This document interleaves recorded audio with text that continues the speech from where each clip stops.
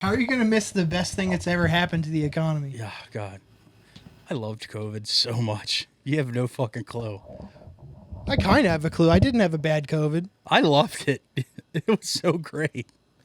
Did you get to not work much? No. Well, you remember. We started the podcast. It wasn't during COVID. I was working two jobs then. After. Remember, I was working two jobs. I didn't even start Thank You until after the lockdown shit had cooled off. Because, are we rolling? Yeah. Yeah, because when we started this podcast, I was still working two jobs. I was working the day job and the night job. And I would come here in between. What was the night job again? Cleaning floors. Oh, at the place. Yeah. At the place that cannot be named. Yeah. It's not even called that anymore, I don't think, but regardless. No, but that's just what it always was. That's what it's going to be. Yeah. But that's what I'm going to call it. Just like Walgreens. honestly, it's had about 4 or 5 different names. Just like Walgreens is Happy Yeah. Harry's to me. State buildings are like that. Just like Rite Aid is Eckerd's to me. Yeah. Dude, well, I remember before fucking Happy Harry's, it was Wise Owl. Wise Owl. Yeah, Wise Owl IGA. I've never even heard that name before. That was like the first few years of my life. Then it became Happy Harry's. And Happy that Harry's corner is was where the dunk is now was Land Hope Farms, where they used to get the most banging ice cream. I remember the name Land Hope Farms, Yep. but There was one right there. I don't remember being in one or nothing. Yeah.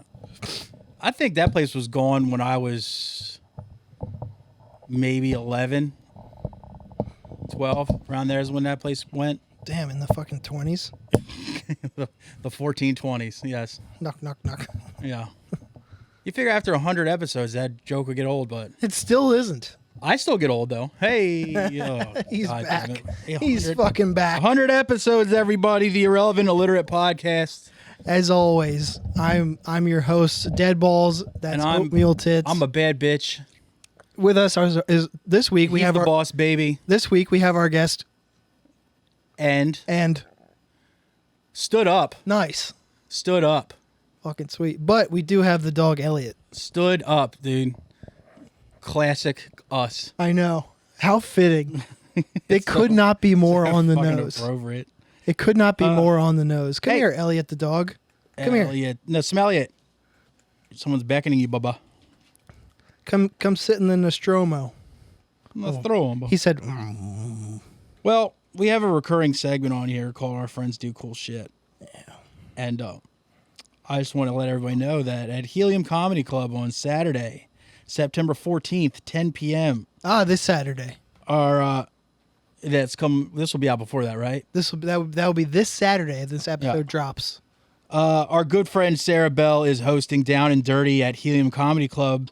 Night of comedy featuring Seamus Miller, Logan Mallon, Ryan Shaner, Mike Rainey, Marcus LeVar, and Allie Mae. So if you find yourself wanting to have a chuckle or two, head on down to Helium. She's funny. Rainey, Shaner, very funny. So yeah, check it, everybody. I noticed that's a late night show too. That show starts at 10. Yeah. So two things: it's going to be cheaper and it's going to be a lot funnier. Or a lot of 5-minute sets too, probably. Allie Mae follows this show. No shit. Yeah, at Default Programmer. Shout out on Instagram. Oh shit, hit her up. Tell her to come on. She lives in New York, so it'll be tricky. Oh well. But Oh shit, maybe we can get her down around this time. who knows? When you're in Philly, we're only a fucking hop, skip, and a jump away. Now, also, I've been tasked by one Hal Makrutzikos. Is that how you say that? I don't know. I just guess it every time. Makrutzikos.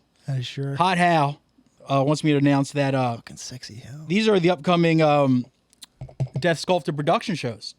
Oh, all Death Sculpted. Yeah. Not just the. Two of them. That's Adam. Never mind. There's 2 of them, dude. The first one there is a band called Shrenk playing a Pungent Stench cover set. Interesting. Pungent Stench, pretty awesome. I don't know the other one. Also appearing will be Organ Dealer, great band, and my buddy Mike Mayo and his band Compulsed. When and where is that? And that will be at Kung Fu Necktie, September 10th, 2024. The day before this comes out. Oh, Fanoogles. I was gonna plug There's Well, another. I got one more, mister. Well, hold on. This is related to that. What's the first band? String. What? Sharenk. Sharenk. They're also playing the Metro Gallery in Baltimore the day before that, Monday the 9th, with our friends in Putrescine and Coffin Dust. Ooh, Coffin Dust rules too. Yo, on a serious note, R.I.P. to fucking Dan. Dan Bruninger, the bass player, he fucking died of Coffin Dust. No shit. He fucking rest in peace. He died like a couple weeks ago. Oh, maybe they're not playing then. Coffin Dust is on the flyer, but I don't know in what capacity they are playing. Well, hey, I felt really bad hearing that. Poor dude. R.I.P. to him and condolences to his friends and family, dude. Yeah. If Corey Link, if you hear this episode, I still love you. You're still a homie of mine. Oh, and also by Death Sculpted Productions, September 27th. That's more like it. This is at Bonk's Bar. The fucking Good Boys in Hematoid. Oh, so good. Also featuring Nuclear Tomb, Bone Weapon, Caesarean, and Cavern Womb. That's a couple good names. Yeah, that's at 2804 East Tioga Street, Philadelphia, Pennsylvania. Yeah, right off of exit 25. 27th of September. I highly recommend everybody check out Hematoid. Great young death metal band from Philly. Really nice kids. Everybody should support them. That's all I had for our friends do cool shit. If you would like to add, honestly, feel free, Thomas. And shout out to Mr. Bonk of Bonk's Bar. I loved his game on Neo Geo, Bonk's Adventures. That was sick. I don't know what that is. That's great. So it was like a side scroller, and like his weapon, he was like a caveman, and he would just headbutt everything. What's Neo Geo though? It was a old system where the system is like a home console video game system, but it used the same setup as a arcade machine. Okay. Same software, everything like that, but they pretty much just made a home console out of it. So you would just use your own TV, but everything else was exactly the same as an arcade. Controller and everything. It had the stick and the buttons, the whole nine. But it was extremely like good graphics and everything was like amazing. Problem was like, say back then like a Nintendo was $200 and Neo Geo would be like $500. $500. Oh, I was gonna say It was ridiculously priced, but it had like sick games and like you could port any arcade game to it, like games that were only for arcade. It was fucking awesome. Damn. I knew one kid that had it, and it was fucking great. But They're still selling Neo Geo AES consoles for $530 now. oh, There's also a Neo Geo AES console with 21 games bundle for $19,999. it didn't have a lot of games made specifically for it. You know what I mean? I want to see screenshots though. I want to see gameplay. For the time, it was arcade quality. It is. I can see that. And like this is the era of like Nintendo, not Super Nintendo, Nintendo. Yeah, this is somebody And Master System. This is somebody playing it on like one of those box TVs. It does look pretty good for. Yeah, I had an the time. emulator for it on one of my old computers. I just never got it back again. Yeah, there's only a couple dozen games for this whole thing. I've seen one of these before. I had Bonk's Adventures. I had a fighting game whose name I can't remember. I want to say it was Pit Fighter. It kind of had the same type of graphics that the first Mortal Kombat did, where it was like hyper realistic for the time. You know what I mean? And I had Splatterhouse. You remember Splatterhouse? Mm-mm. It was a guy with like it looked kind of like a hockey mask, but it wasn't. And he carried around a 2x4 and would beat up ghosts and shit. Bonk has a big ass head. I know, that's because he's Bonk, dude. He'd be bonking dudes. He's a good guy like that. I swore I had some shit. Oh, some shit for our friends do cool shit. That show we were just talking about. I need to get the exact date. October. There's another show at the Hockessin Center for Creative Arts. Just got announced like today or yesterday. Queensway. Yep. Missing Link, Queensway, Ooh. Crush Your Soul, Blood Runs Cold, Cross of Disbelief, and Wounded. You know what else I heard is playing? Do you want to know who else I heard was playing? Mm-hmm. I didn't hear anybody else was playing. Oh. So So I still want to know. sorry. But that's I just wanted to feel important. that's Saturday, October 26th, Halloween weekend, you could say. Ooh. So it could be a spooky show. I was at What if you got there, instead of it being a treat, it was a trick and nobody was there at all? Oh no, the door's locked and the windows are barred. Be unfortunate. Why am I so fucking hyper today? I don't know. I hate when that happens. I'm a silly goose today. I wish the camera could see what L's doing to my foot. Look at him. I hope he's humping it. No, he's laying on it. Oh, what a little guy. My foot's not a pillow, you silly dog. A little mister. God, I love this dog. How could you not? Man, being off work is the best because I get to hang out with him every day. I was pissed because I had to work through Zeke's birthday. I saw that post. Happy birthday. Yeah, and I just kept getting pictures of him the entire day of him just having the fucking day of his life. Like a little pup cake. It's like a little cupcake for... Yeah. I had one of those. I was about to ask, walk me through the celebrations. I wasn't there. But what does he get? I had to get it all secondhand. What does he get for his birthday? Well, they got it for him and his brother because you didn't want to cause jealousy. No, So, God, yeah, no. pup cakes, pup cups, which is a little cup of icing from Dunkin' Donuts. Sure. Bully stick that was about that long, dude. A big old bull dick. Damn. And that's pretty much it. They went to the park. They got to go over to the their veterinarian and my sister are friends, so they had a play date with the veterinarian's dogs, and them. So sick, dude. I gotta find this picture, but it's great. It's one of Zeke's, I think it maybe his second or third birthday, and it's him like because the lady who his old vet was also a breeder of Norwich Terriers, so it's him and all like his half brothers and sisters. And they're all lined up at this table. They all have party hats on. Oh, my God. They have like the whole setup in front. Oh, dude, it's the greatest picture of all time. How do they get them to keep them on? That's the thing. All the other dogs had the little cone hats on good. Zeke's were like over his eyes. I'm like, that's my boy. Yeah. That's my boy right there. Just these are a little different, you know what I mean?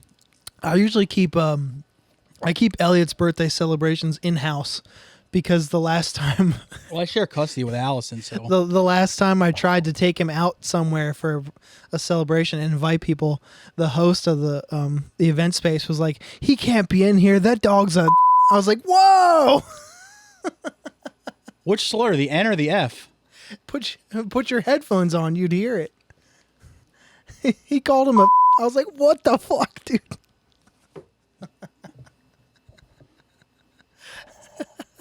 I've been waiting for that all day.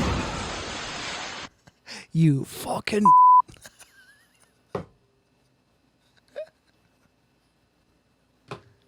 So apparently my retardedness is contagious.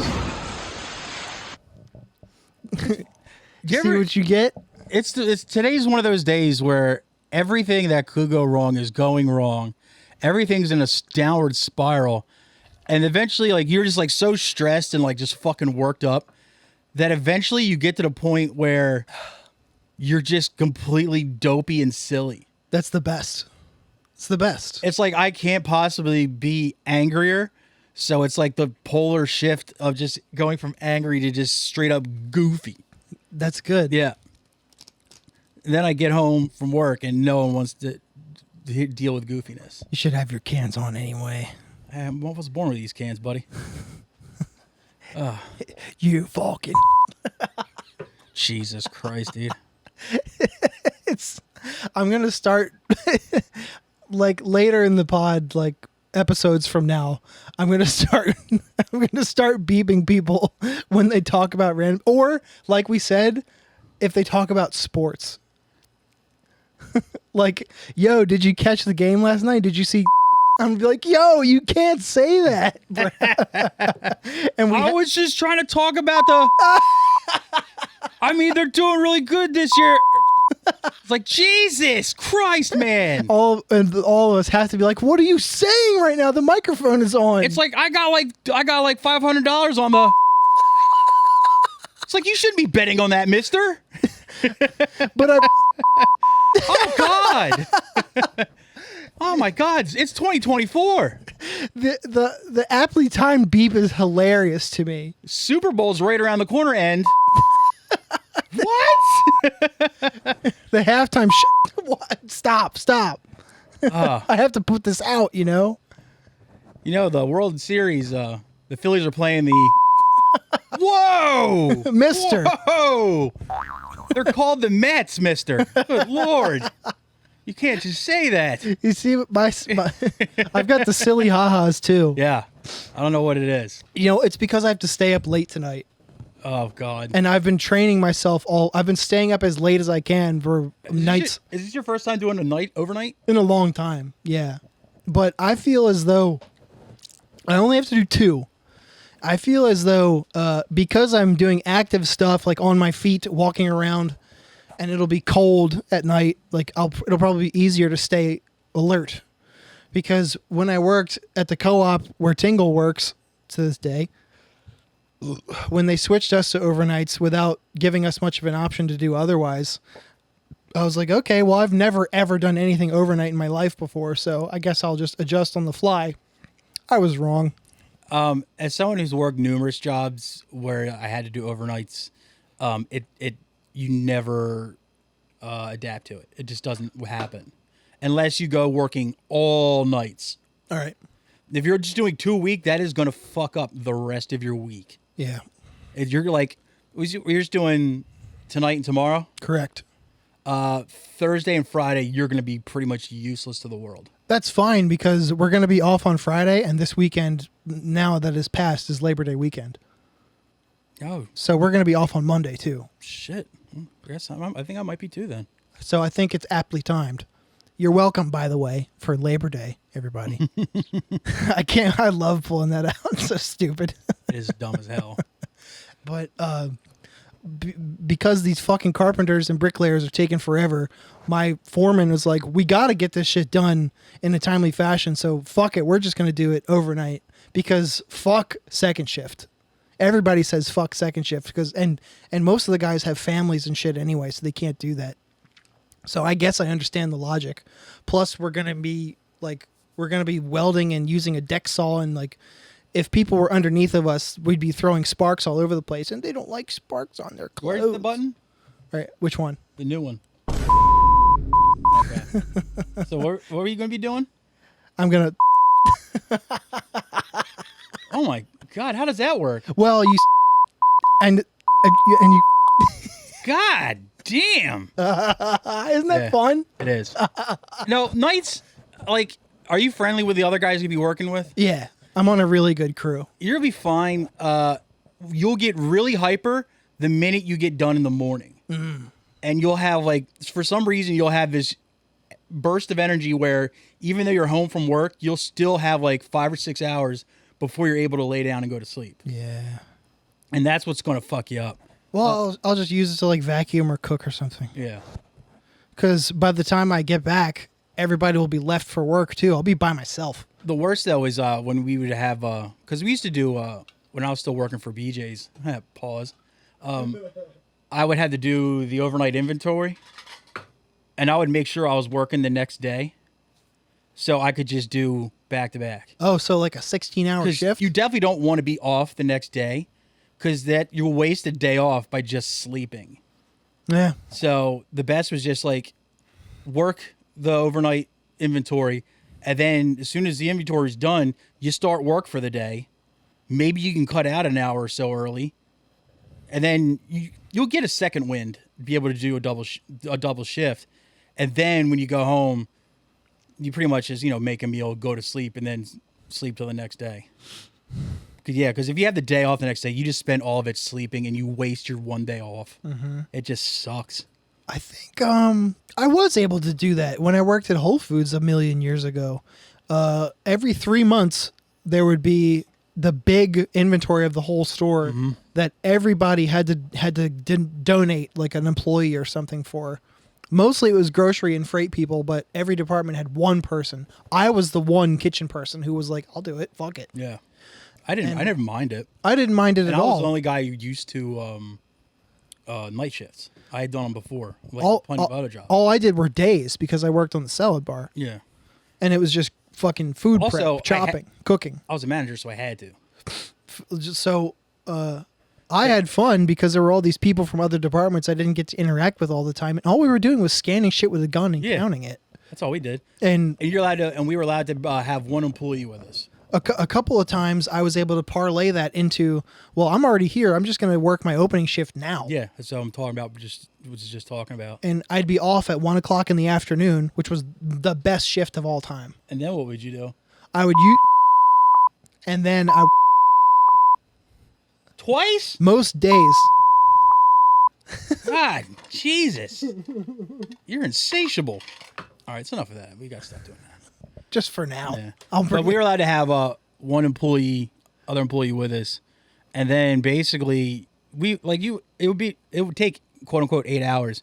You'd be done within 4. yeah. And then the rest of it is just you, that employee, and all the other managers and one of their employees just sitting around shooting the shit. Somebody would go out and get food, bring it back, and you'd all just sit up front at the cafe area and just fucking hang. Yeah, we ended Yeah. up hanging a lot. And Yeah. And the crew at that store was good because they sent out for food. Yeah. Like, we didn't even just make it in house. They sent out for food. Yeah, And that's what we did. they basically catered the whole Yeah, we night. didn't like what? Because then again, BJ's Wholesale, all food they had was Packaged. shitty pizza and hot dogs. All right, and it's all And like whatever, and like the store's coffee. So it's like, if I'm asking somebody to come over and do it overnight with me, I'm not gonna have them eat a hot dog for a meal. I was like, we'll find something else. I don't even think we made our own pizza in house. I think we straight up ordered it. Ours was fucking frozens that you just threw through a little fucking toaster oven. Our pizza was fucking sick as hell. Ours was disgusting. But it was I guess it was too much work to put on the prep foods department to make that much food before we closed. So I get that too. Fucking Yeah. shout out to John Fry. He was a good boss. Shout out to him. John French Fry. Got him. I called him that all the time. Aw, What up, French Fry? he probably loved that.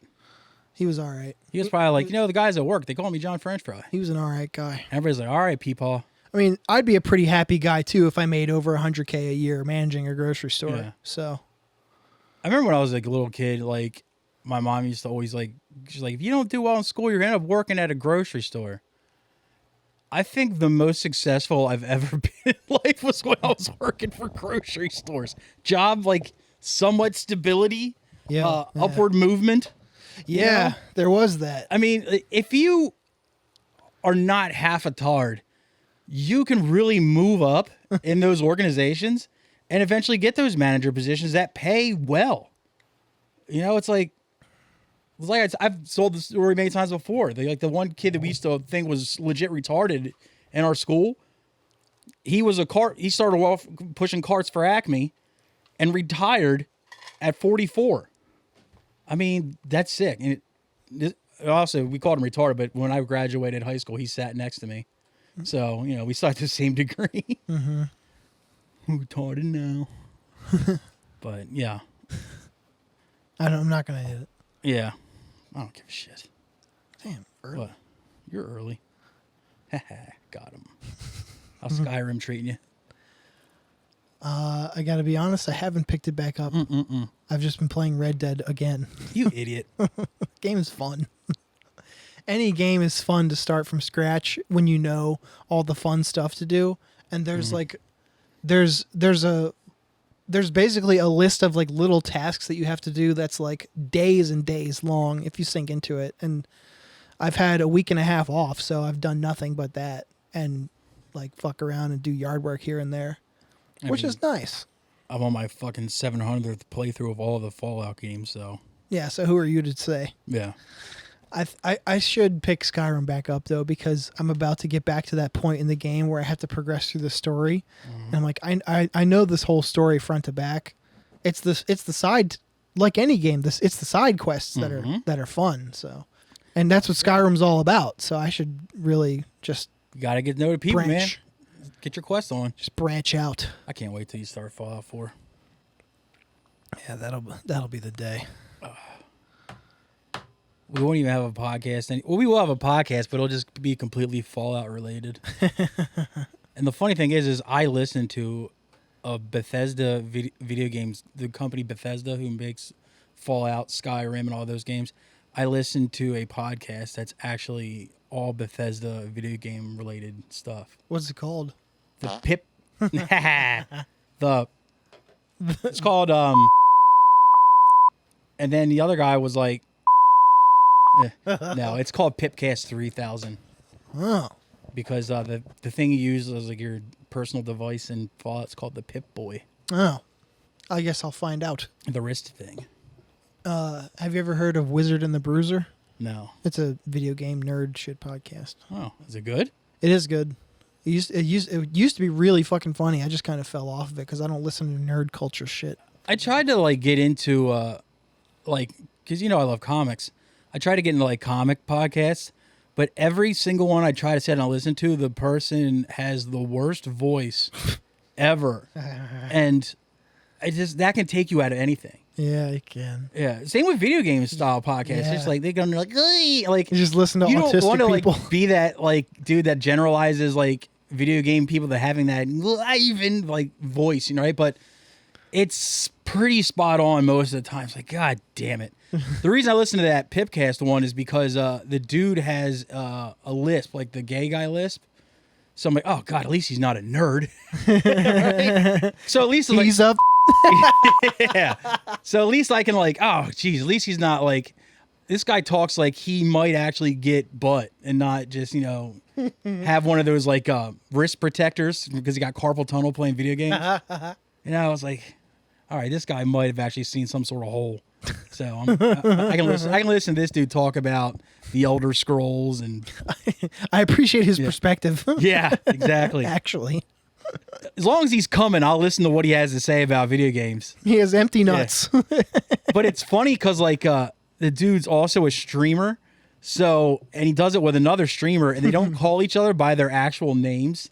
They call it by like their internet handles, and that kind of like just makes you want to just like Yeah, I don't love that. just push him into a locker. Like instead of saying, "Oh, that's a great point, Dave," it's like, "Oh, that's a great point." Sorry. That's a great point. Shadow Stabber, like Lord of Darkness, 1420. It's like, God. Jesus Christ. It's great though.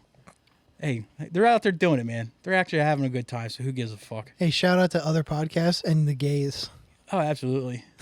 I like them both. Yeah. But only gays actually get ass. Yeah. No one likes an uptight guy. No pun, Yeah. but Well, probably not tight if he's you know what I mean? A well, little stretched. if it gets a lot of exercise, it actually is tight. I'm out on the weekends trolling for Boy Dot. And boy, died. I think if I was gay, I would instantly alienate all the people in like the gay circles instantly by coming up with terms like boy dot. They'll be like, what is this fucking idiot talking about? Boy dot. What the fuck is boy dot? He just can't call it like fucking or sex or whatever or getting ass. He's got to call it trolling for boy dot. It's like, ugh, we don't want him. Send him the fuck back. Dude, that'd be fucking nuts. Just being completely ostracized. Like, I thought you guys were warm and opening. No. Get it? Warm opening. Thank you, everybody. I'm a professional. I do this. Yes. No. I'm really good at this. Oh, that's more. like it. Boing. Oh, I just now am remembering to text the other guest Jesus Christ. That poor fucking lad, dude. that his ride is not coming. Shout out to fucking Liam, dude. What a good kid. I Yo, mean, yeah. and he does as much as he can being 15. And Right. that's just, he's at the mercy of everybody else. And God damn it, he's still trying. Yeah, so everybody go support the band Wounded. Liam, the mastermind of it, he's a young guy, but he's out there, he's making some really cool songs, and he's just doing his best. I finally met him at the fucking that Steve Greathouse just texted me about it this morning.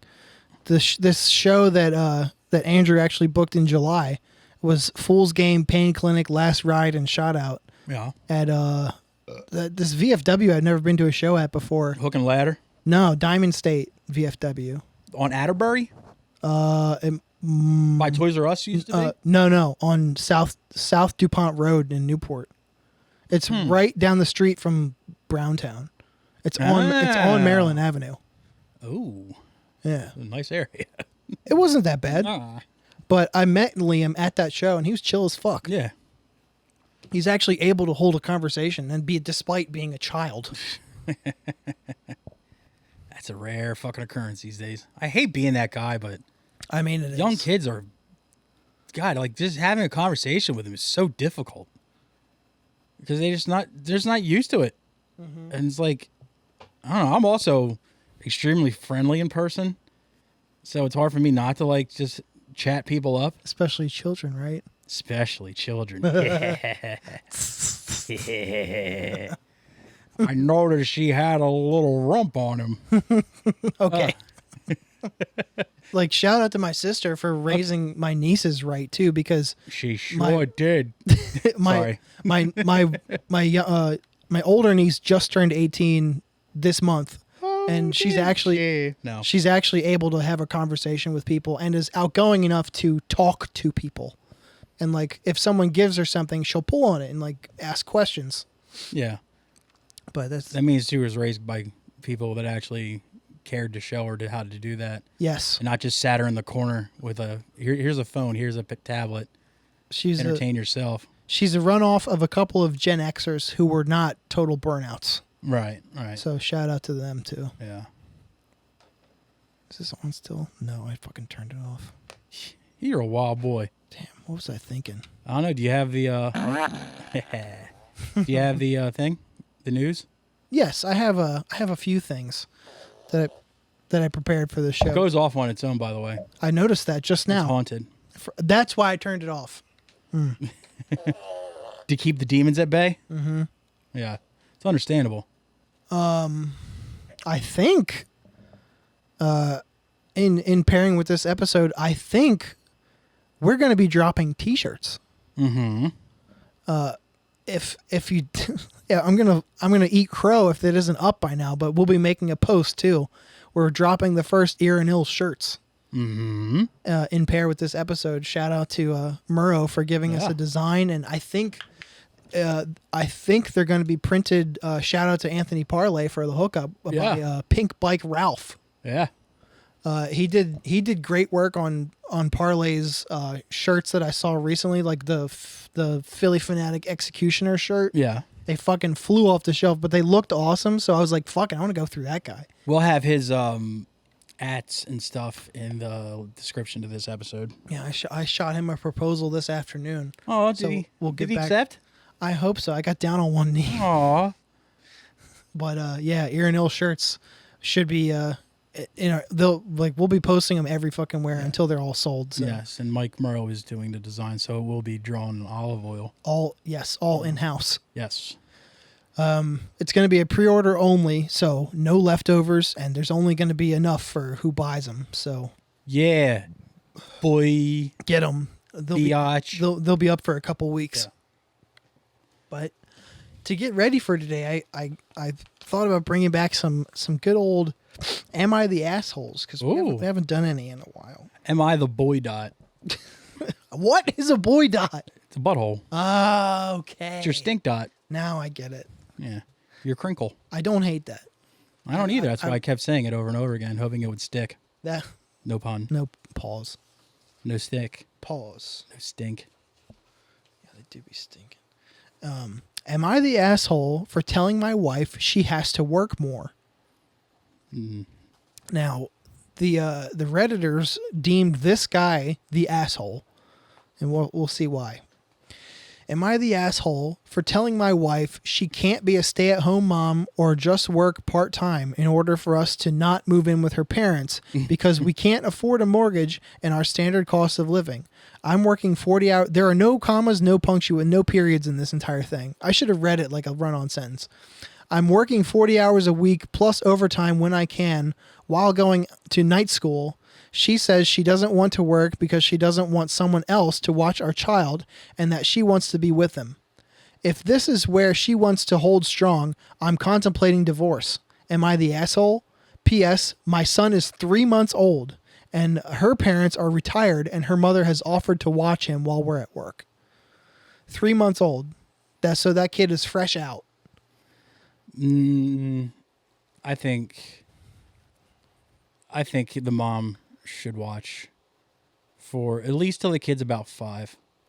5 is old. I would have said like 2. Because, like, I know what they're saying, like, you can just pawn it off on grandma and grandpa. But the thing is, if it's only 3 months old, you want that kid to imprint on the mother. Yes. And is want to imprint on one of the actual parents. Damn, maybe that's why I'm You know what I mean? fucked up. It's like, if the dad's out doing all this crazy work schedule, which 40 hours is 40 hours. Plus overtime and night school. I mean, like, so at least one of the parents has to be there for the kid to, you know, imprint on and, like, you know, glom onto and have a real one-on-one relationship with. Yeah, and a foundation as a human. Now, if this chick is saying that when the kid's like, I'd say between like 5 and 8, the guy can go rethink things. But I think but then by that time, the kid's going to be going to kindergarten and shit like that. Right. They'll be in school. But I think once the kid goes to pre-K, mom should go back to work. But at 3 months, I mean, I'm sorry, I got to err on the side. I have to side with mom on that one. I totally agree. Yeah. Like, that's why I was waiting for you to say how old the kid was. Yeah, that's at the very end. The comments, they were just like, what the fuck are you thinking? Like, the child is fresh out. Like, Yeah. she just got pregnant like 1 year before, like just gave birth 3 months ago. Yeah. The first 18 months, if nothing else, are the most influential. Her pussy's still blown apart. Right. Let her recover at least 5-6 months. Yeah, she just got back from the goddamn hospital. And like, dude. He's like, get her lazy ass back to work or something. Right. It's what like, a tyrant. I don't think this dickhead realized that, you know, did he not know that having a child is like another full-time job? So he would technically have 2 full-time jobs. And maybe he should go back to school when the kid's older. College will always fucking be there. Yeah, what great timing to go back to night school. Yeah, way to pick it when your fucking wife just spit a kid out. It's like, yeah, you could have easily not had that kid. I'm sorry, I gotta say, wifey should stay with the kid. He should shut up and do his part and go to school when the kid's a little older, often pre-K or kindergarten or whatever. That's called being a dad. Yeah. Doing shit like that. I mean, I understand, like, some ladies do take the stay-at-home mom thing a little too far sometimes, but I'd say for the first 5 years, you want someone to be one-on-one with that kid at all times, one of the 2 parents. No less than the first 2. We both would have turned out way better if that was the case. Yeah, my mom definitely parlayed me off to daycare when Same. I was very young. I was a daycare baby, too. I think from the time I was a couple months old, also until I was, I think 10. I started going at, I think, between 1 and 2 years old. What the fuck is latchkey age? Like 11? Yeah. That you're allowed to have a kid by themselves? Yeah, like 10. I think I was 10 when I got my first house key. I got mine probably around about 8 years old. But here's the thing: I say like even a year, like I've pawned off on daycare. But the thing is also my entire childhood, my mom worked day shifts, my dad worked overnights for General Motors. So even then, I had one of them there. So even then, I wasn't really pawned off on daycare until my dad's like, "Look, I need to sleep sometime, and I can't be running around with a kid when I'm just getting off work, and she can't be running around with a kid when she just gets off. She needs her sleep too." So that's when me and my sister got put off on a daycare thing. Yo, shout out to Esther, my fucking neighbor down the street. Oh, who fucking raised me. My daycare mom was Marmar. Her real name's Margaret. Nice. Yeah. Just passed not too long ago. Sweet lady. R.I.P. Yeah. Esther's the shit. She's like the same age. She as my sounds like a mom. badass. She's like the same age as my dad. Mexican lady. She fucking ruled. Made the best fucking food ever. Marmar couldn't cook for shit. Nah, Esther cooked her fucking ass. We had the same foods every day. You had these 3 things were your meals. Breakfast, scrambies, scrambled eggs. That's probably why I don't like them to this day. Lunch, you had hot dogs. Oscar Mayer, a.k.a. plastic. Dinner, fish sticks. To this day, I can't eat eggs, and I don't like fish for the most part. Well, yeah. But for some reason, hot dogs. I'm fine with hot dogs. All we got was breakfast and lunch. Oh, I was there a while. Sounds like it. Poor Deb would come home from work, Yeah. go home, nap for an hour and a half, and then come get us. Which, whatever. Would she nap or would she just sit there and watch TV? Who knows? Hey, man, if she needed that hour to decompress from her workday and then go pick up two crazy-ass children. Yes, accounting is very hard on you. She was the first female accountant for the DuPont Corporation. Great. She's a trailblazer, that woman. I bet. My mother's a trailblazer. She's something. She's a sweetie. I fucking hate her now.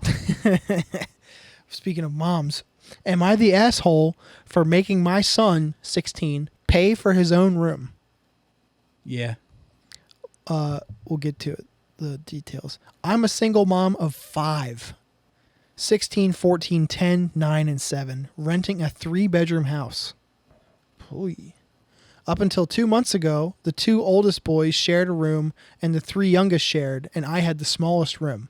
For the last few years, my eldest complained nonstop about having to share a room with his little brother. Most of his friends' parents are wealthy, so he's constantly comparing our situation to theirs. He started working when he was 14, a few hours a week for extra money. Now 16, he works a lot, more than I would like, and this summer he's been working full time. He's not too bad with his money and actually saves some of it, but the rest goes to video games, clothes, shoes, and junk food.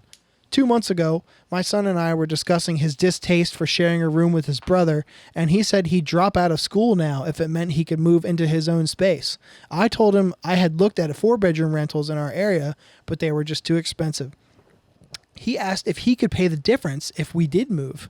I told him no, because during the school year, all of his money would be going to rent and not his savings and his spending money. This obviously doesn't sit right with me. However, we did come up with a compromise.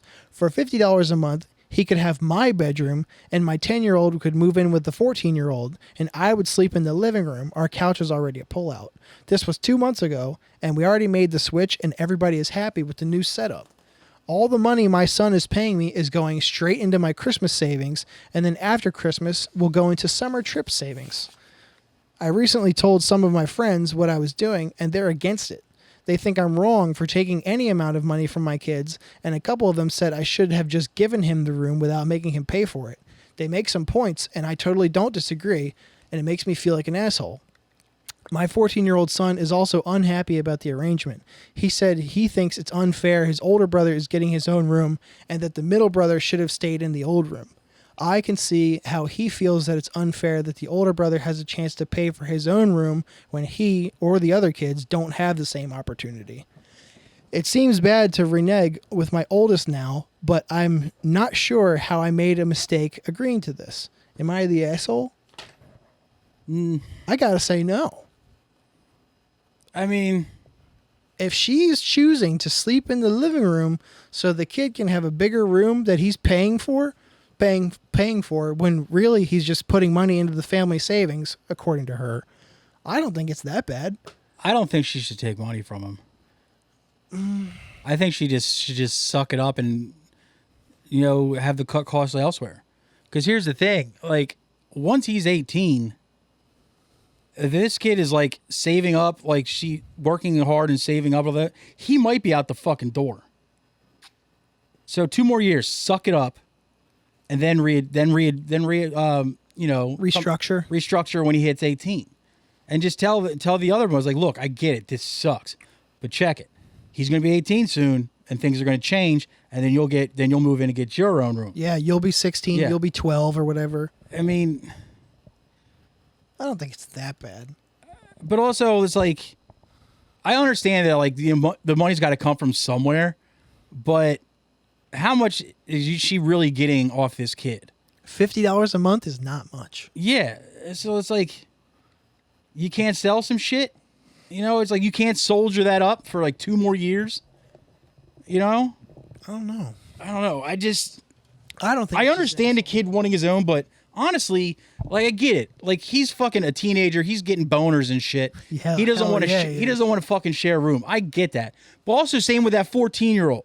He's getting hard dicks now and wants to jerk off too. Sure. So they gotta have their own space. If you're a sibling of if you're in a 5-sibling house or a 5-child household, That's kind of impossible. You kind of got to make do or just don't. It was hard for me, and I was only a 2-sibling fucking household. Yeah. And we have a good size house.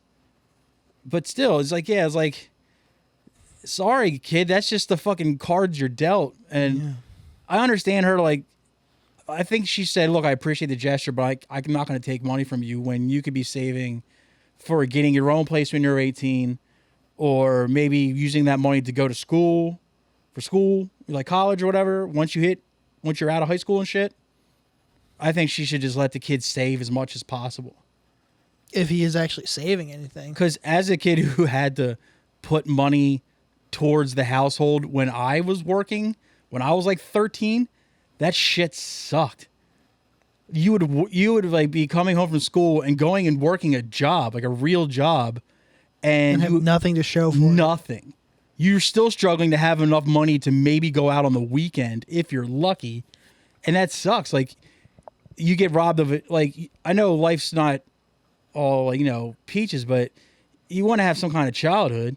Yeah, you need something. So yeah, I would say let that kid be a kid until he's 18. That's the only time to be a kid. Let him be a kid till he's 18. As it is. Don't take his money.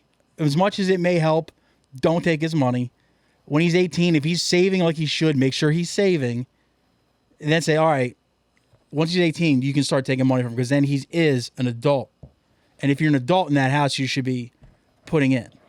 But from 16, he said the kid's 16 now. Nah, don't take his money. Let him save. And if you're lucky, that'll give him motivation to either A, go to college, or B, find his own place. Yeah, I'm conflicted about it, but I don't think she's an asshole, but I think she's struggling and grasping and just doesn't know what to do. Yeah. It's a shit situation, I guess. 5 kids. And I guess the old man left her high and dry with all the kids. That sucks, but you know what? You got to do it. Go on government assistance. If they're not, she's fucking If they're not already, you know what I mean? Yeah, I don't think she should take the kid's money yet. Not till he's an actual adult. See, at least you have perspective on this situation. Yeah. Somewhat. But yeah, I'm just conflicted about it. What do you think?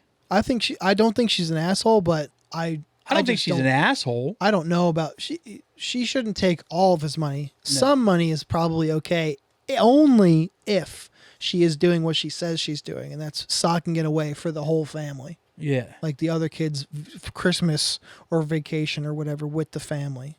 If not, if you're just fucking buying cigarettes or whatever, fuck you. I don't think you should be using the income from your one son for anything. You shouldn't do anything that you have to rely on your 16-year-old son to do it. You know what I mean? Yeah. So, AKA, if the kid is like, look, I don't want to work anymore. I'm fucking up at school. I can't work anymore. Yeah. If you don't want to be beholden to that boy. Exactly, you know what I mean? Yeah. You don't want to be fucked if he makes that call. Exactly. That's fucked up. Because then you're going to put all kinds of shit in that kid's head. He's going to be like, oh, fuck, I need to do this because I need to. Because. I got to do my part, so we can all go to, I don't know, fucking the Jersey Shore that year or something like that for vacation. It's just like, it's a situation you don't want to put a kid that young in. Yeah, just because mom couldn't meet a nice guy, you know what I'm saying? Go suck a fireman's dick. I mean, like. They love being married. Yes. No, find a military man. There you go. Who'll propose in 6 minutes. Got that fucking GI Bill? Oh. Exactly. Hey, maybe the kid will encourage the kid to go join the military too. Move to Virginia Beach or fucking Texas. You don't want to live with your mom? Go live with like 40 other dudes in a fucking in a dorm or whatever. Yeah, for boot camp on base. Yeah. I mean, they got Taco Bells on base. You'll be. All right, it go won't down be to that the PX. bad. Get yourself a Pop-Tart, kid. Yeah. You try to jerk off with like 12 other dudes in a room. Hot. Lights. Hot. Sexy. Yes, that now is the horny jail button for that one. Yeah. Bunk. What the God, what was I gonna there's a lane of TikToks speaking of the military, just real quick, I've been stuck on, and that's like trying to sleep when you're at boot camp because it's nothing but fucking 18 and 19-year-old dudes. Everyone's trying to beat off. Everyone's farting. Everyone's like just having existential crises. You can't tell if someone's coming or farting. It's they're really good. But Yeah. let me get back on track. Am I the asshole for paying? Am I the asshole for only paying my child's boyfriend $30 to puppy sit for 6 hours? My family of 4, 2 parents, 2 older teenagers, had an event to attend, and we were struggling to find someone to watch our 15-week-old puppy. My oldest child and their boyfriend, 19 years old, who has met the puppy numerous times, likes her a lot. We went to our event at 8 a.m. and returned around 2:30 p.m. We hadn't agreed upon an amount to pay and gave the boyfriend $30. Later that day, I got a text from my oldest saying 30 wasn't enough for puppy sitting. I immediately apologized and offered another 30, which they were happy with, but I'm feeling like I probably paid too much for a very easy job. Am I the asshole for feeling a little sore about this? A few things for context. My child's boyfriend works, but was not scheduled that day, and would have had to bring my kid over that morning at 7:30 anyway, so he wasn't going out of his way, not to mention it's only 10 minutes away. 2, I regularly buy them both groceries, take him to the movies, lunch or dinner, recently checked the battery on his car and bought everything necessary to clean off the corrosion, get the car running. I never asked them to pay for anything and never will. 3, the gig consisted of watching a very cute, emphasis on very, cute 6-pound puppy who sleeps 14 hours a day and didn't have to feed it and only had to take it out a few times. He did this from our air-conditioned home with full access to a myriad of streaming services and a completely stocked fridge he was allowed to eat anything from, and did so reasonably. 4, my child suggested the boyfriend to pup sit, but we still had many options left to explore. Family and friends who would have happily either accepted $30 or out and out refused it. 5, my kid's boyfriend offered us tickets that he got for free from friends to something we'll be attending later this month. So that comes to $60 to a wash if we actually get the tickets. I'm trying to just figure out how I should feel about all of this in principle. 6, I'm not angry. I love my kid and I like their boyfriend. I just feel weird and uncomfortable about the whole thing. No, he's not an asshole. Not an asshole. Not at all. First off, okay, the kid got them tickets to a thing they're going to be attending later. That's roughly $60. You should pay him $60 to ease your conscience of taking something from the boyfriend. That's one thing you could do. But if this guy is doing all this shit for the boyfriend without being asked or without being, just out of the kindness of his heart, and he said 6 hours? Yes. 6 hours? So you're doing all this stuff for this guy. Like you're taking care of his car battery and all this other shit. 8 hours. 8 hours. And all this other shit, right? You're letting him plow your daughter because they said they're 19. That guy is fucking his daughter. Yes, for without a doubt. I certainly would have been too. And you're being cool about that. You're hooking him up whenever you can. You shouldn't Those are some good ass parents. You shouldn't pay him anything. And the fact that you gave him $30 is just a very nice gesture. And the fact that if this kid actually made a stink about it. The girlfriend did. Oh. Their child is the one who made a stink about it. They have said an agreed upon amount, which means there was an agreed upon amount of $30. They said there was not one. Oh, okay. But still, just if I were to do that, the same shit, and I was the boyfriend watching the dog, I wouldn't expect anything. Right. And no matter what they handed me, first I would refuse it. And then if they were, insisted, I would just take it and be gracious no matter the amount. Because if he does all that other stuff for the boyfriend and lets him fuck his daughter, whatever, it's like, we're cool. We're even. Yeah. No, I don't think he should feel bad. I think he went above and beyond. He's been going above and beyond doing favors for this guy. The daughter's going above and beyond for the guy, letting him put it in. Mm-hmm. So it's like, no, he shouldn't. No. That guy is 100% in the right. And I think him just giving $30 for the fuck of it. Yeah, it's fine. That's more than anybody could ask for. Let alone the fact that if you hire one of those those dog walkers or something like way more expensive, some sort of business like that, yes, you'll pay more for that, and they'll just be walking the thing. Yeah, that taking them home and leaving them. When you have and number two, it's a stranger. Yeah. Like if nothing else, you can rely on the fact that somebody's watching the house who you're familiar with. Who cares about you and your family and your belongings. Right. And your puppy. The other members of your household, Yes. your stuff. Yes. I don't think that guy's being an asshole at all. I think anybody's being an asshole is the daughter. Yeah, expecting him to pay more than that. I was like, how about this? You're part of this household. Why don't you suck his dick? Hold his balls. You know, and just give him a nice tug. give him a nice give him a nice fucking tugger. You know, it's like Little too no, handed. man. I mean, there's never a promise of money. He doesn't know him shit. No. I mean, it's nice to offer, and if the boyfriend had any class, he would refuse it anyway. You know, because it's your girlfriend's parents. I mean, they could someday be your in-laws. You're not gonna fucking expect money from that.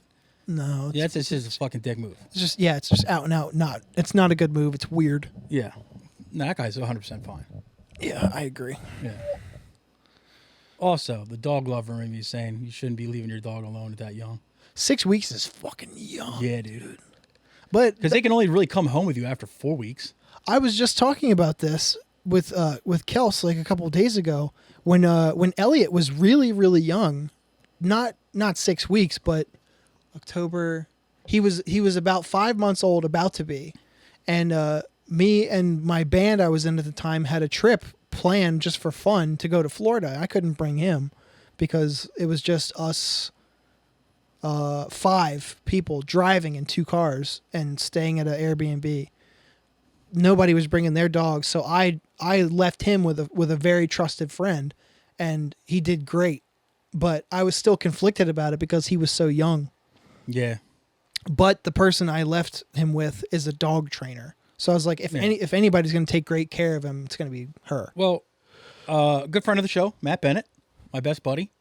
I used to house dog sit for him all the time. And I was like, I would not take money for it. I just treated it like a vacation. How'd you get there and stuff? He would come pick me up. That'd be the only prerequisite. And take you home, I guess. Yeah, that's it.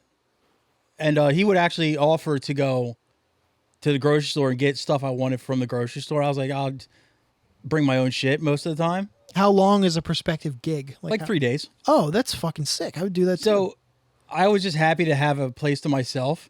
And he lived in a nice little waterfront place at the time. And the dogs were fine. Like his one dog was kind of neurotic and kind of a pain in the ass, but all in all, a sweet boy. And the other dog was just a pure angel. So it was just like, I got to go chill at a house, hang out with dogs for 3 days and not have to do anything else except for walk them. Yeah, this is a gimme. Yeah. So yeah, I wouldn't take money. I mean, I would just do it as a favor to him. Yeah, that's sick. That also somehow served my sanity because I got to get away for a couple days. Go stay in a different place. But yeah, if it's only 8 hours, fuck yourself, dude. If you're not staying overnight, I don't think you should expect anything. And if you're staying overnight, hey, buy me a cheeseburger or something like that. You know what I mean? Your ears were correct too. It was 6 hours, not 8. Yeah. So you're talking cash, $5 an hour to babysit a sleeping dog. Come on. Yeah. Watch 3 movies, shut up and go home. Yeah, cry about it. Yeah, that guy's fine, dude. I personally agree with him, and I would fight for him. I will watch his dog. Yeah, hire us. Yeah. We'll be great. You don't have to hire me. I'll do it for fucking free. Especially if the dog's really cool. Yeah. If I got streaming services, why not? But if it was one of those like old ass dogs with the crusty eyeballs, I don't know about that. They kind of freak me out. Or one of those really not well behaved little white dogs with the shit in their eyes. That's what I'm talking about. Like the goopy eyed dogs. Why do white dogs get the red shit? It's so weird. It's like, and the thing is, like, I was like, why would you get a white dog just because of that? But then I see like West Highland Terriers. I'm like, that dog is so fucking cute. It's like, I get it. They just look like they stink. Nah, their eyes look like they stink. The rest of them looks fine. I don't trust them. They have that one eye that's normally the other one. It's like opaque. Oh, You're like, what the fuck, Donnie Hess? What- That's what Donnie Hess always reminded me of. Just a grandmother's dog. a grandmother. It's like a grandmother's dog that does fucking train graffiti. Let's move on. Doggy Hess, dude. Doggy Hess. I I hope he's still alive. I honestly do too. Yeah. That's psycho. Let's get on track. I only got one more. All right. Am I the asshole for asking my boyfriend to get new clothes? Am I the asshole? I, 18, am dating my boyfriend, 20, for 6 months now. I've noticed he does not wear a lot of different clothes. He wears the same joggers that have a small hole in them, and he stopped wearing the other ones because they also have a hole, but on the bum area. He also has about 2 pairs of shorts. He doesn't wear tops or jackets, only sweatshirts or hoodies. 2 hoodies and 6 sweatshirts, not enough to be honest, but he doesn't have at-home clothes. So the clothes he wears outside are the same ones he wears inside the house. See, pause. That's something I've never been behind myself. I'm not a neat freak or anything, but I changed my going out clothes into my at-home clothes for comfortability. One time when we were camping together for a festival, the same clothes he wore for the past 2 days he slept in, I changed into my pajamas, but he never has any. I tried asking him nicely, let's go shopping because you do need new clothes, but he keeps saying how he hates clothes shopping like really bad. Even his parents think he should get new clothes. We basically got into an argument about whether he should go shopping, but he just sort of got annoyed and I was being persistent on the subject. We then kept quiet and talked about it, so am I the asshole for pushing the matter? Yeah. Edit. Just to add, because I've seen quite a few comments with this in it, but I have zero issue with what he wears or anything. It just bothers me that he can wear the same trousers for 6 days straight or the same jumper or hoodie for 6 days as well. Like one time he spilled spicy noodles on his hoodie and just kept wearing it for 3 more days. Fuck yeah. Mind you, he already worn it for 3 days leading up.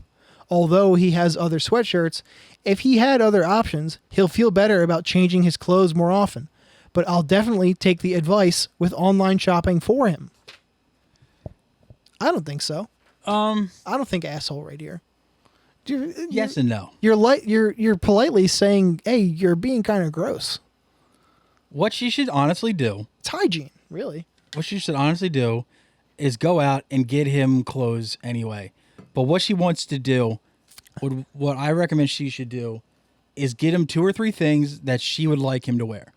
But also get him maybe 2 things that he would wear. Agree. Like another 2 sweatshirts. Like even if it's the same color, the same brand. Or the same brand, maybe just a different color. Just multiples. Yeah. It's good Or, to have. or like another pair of... Are joggers the same thing as sweatpants? They're similar, yeah. Just another 2 pair of sweatpants. Because look, obviously the dude dresses how he wants. If you want to dress like a bum, fine. Yeah. But I mean, as long as he's not like wearing it to like his job or fucking funerals and shit, who gives a fuck? Let him dress comfortably. I do agree that it's gross to wear your outside clothes to bed and shit like that. to bed is a different thing. Or even just to relaxing, that's strange to me. I mean, not to be TMI here, but as soon as I get home and it's time for relaxing, everything's off except for boxer shorts and maybe a plain white t-shirt. So, yeah, I don't understand relaxing in the same clothes you wore out that day. That's strange. But if she keeps trying to change his, come out, let's go get some new clothes, like she's going to push him away and it's not going to work how she wants. So yeah. what she should do is go out, get him like 5 things. 3 things you want to wear, 2 things he will wear. And just give them to him. And if he wears them, you win. Right. If he doesn't wear them, You learn. I suppose. And you either say, okay, I'm fine with that, or you say, all right, I can't deal with this anymore, and you go and you leave. But obviously she's not really constantly like, this is from me being a man though. When women are constantly trying to change you, or at least for me, it's always when they're constantly trying to change you and who you are and how you act and how you dress and shit, it never goes well for me. I always buck at it, no matter what.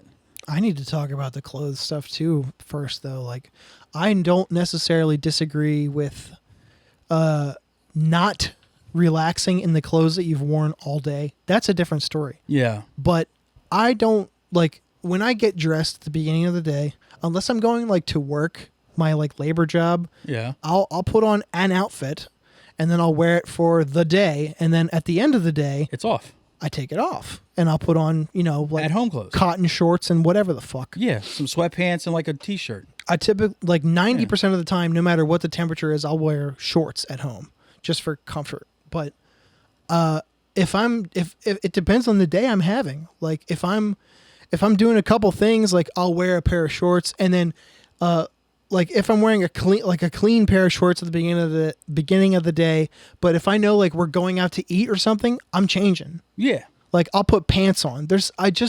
Some places I feel a certain way about either wearing shorts or like, if I'm wearing a fucking death metal shirt that says like torn apart, like entrails, like whatever the fuck. Or anything with tits on it or something like that. Yes, like a Dimmu Borgir like album cover shirt with the tits and the barbed wire. I won't wear my Devil Master shirt till my aunt and uncle's house. You got to kind of play it by ear like that too. Yeah. But also, what it would work out for her too is if she just gets him a few things and just leaves them, puts them on his bed, puts them in his dresser, just leaves them, he'll be more inclined to put them on.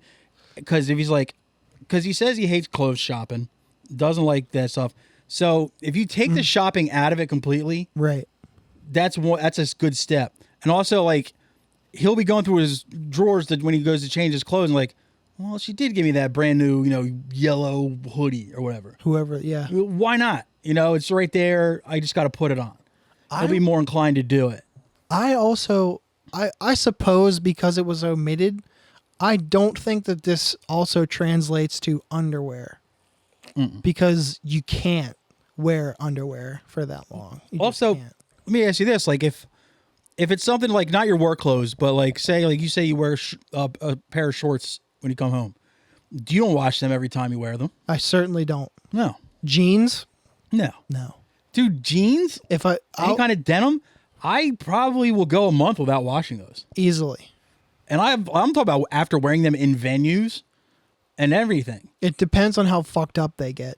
Yeah. Now, within reason. Exactly. Like if you go pee on them like I normally do, or spill fucking liquor all over them, or if you go so far as to like let's say stain it with like spaghetti sauce or something like that, they gotta get washed. Yeah. But if I'm just wearing a pair of pants, I go out and I go to the grocery store, or like I go to a show, I'll come home and take them off and put them right the fuck back on. Yeah. But not a t-shirt, never underwear. Never socks. No. Well, doing that with underwear and socks leads to like things like rashes and shit. You don't want to do that. Underwear should go unsaid, but I won't even put the same pair of socks on a second time. No, that just feels gross. It does. The elastic is all worn out and it's not tight and just ugh. Now if like I got home, say I get home from work and I want to go out and all I gotta do is like run to the grocery store. I'll put a t-shirt on, come home, take t-shirt off, and I might wear it again tomorrow if I gotta go out again. If it doesn't get too fucked up. If I'm only wore it for like an hour to go to the Acme and come back. Absolutely. Not a big deal. I'll do that too. But things like shorts and jeans and stuff, I'll get multiple wears out of them unless, I fuck them up bad. Right. But a t-shirt I will not put on a second time if it's been like hours and hours that I've worn it. Yeah. But if it's like you said, if it's been like one or two, I'll put that shit back on. Yeah. But normally, yeah. But like hoodies, I'm not washing a hoodie unless it gets fucked up. Yeah. Long sleeve, same with the t-shirt. I'll throw it right in the wash. Yeah. But not pants. But she keeps trying to push this dude. It's not going to work out for her. Nah, like you said, you got to just kind of ease it in there. Yeah. If he says he doesn't like to go clothes shopping, he hates it so much. Hey, fine. Go pick out shit for him. And if he has a problem with what you picked out, either say, well, I offered to take you, so I just did this instead. Right. Or if like... And honestly, if you suck his dick as soon as you fucking buy him shit, he'll be way more inclined to try that shit on. If he's got an empty bag and you're like, hey, try those sweats on I just got you. Or I bet he'll be putting them on. Yeah, he'll be more open to that shit. But don't push him. Don't push him, though. If he's got a dirtball dick, I wouldn't be sucking it either. Honestly, most girls won't stick around for shit like this. So if she stuck around 6 months, like she said, he's probably packing. Sure. He's probably piped out. Maybe that's why I always wear sweatpants and joggers. Yeah, you have to. Maybe you can't sheet the fucking the kraken in a pair of fucking denims. What's a kraken? You don't know what a kraken is? Are you talking about a kraken? Same thing. No, it's not. I've never heard Kraken. Kraken. I've never heard Kraken in my life. Well, now you have. Jesus Christ. I'm sorry, I didn't know the proper pronunciation for a mythological creature. He called it a. He called Is it a minotaur or a minotaur? I think that's a minotaur. I've never once in my entire life heard Kraken until today. Sorry. Even the alcohol is called Kraken. What alcohol? There's a rum called Kraken. You're on Edge Watch. You're on. Oh shit. You're on watch. All right. Enough of that. I'm done. Enough of that for today. That's all I had for that little bit. No news today? I have some news too, but How am I going to keep abreast of current events? let me think. You dry dickhead. I have a couple, but we don't even really need that much. Let's see. All I've been following is election horseshit. I need something else. Well, I'll tell you what. Here's one that we can both relate to, Oh. and the others we can save for next time or something. A supermarket employee awarded 50. I'm sorry, I gotta start over already. A supermarket employee awarded 40 sausage rolls for 40 years of service. Fuck yeah. Kevin Parsons was presented with a certificate along with other gifts at a ceremony in the supermarket. Congratulations, Kevin. A shop assistant in Guernsey,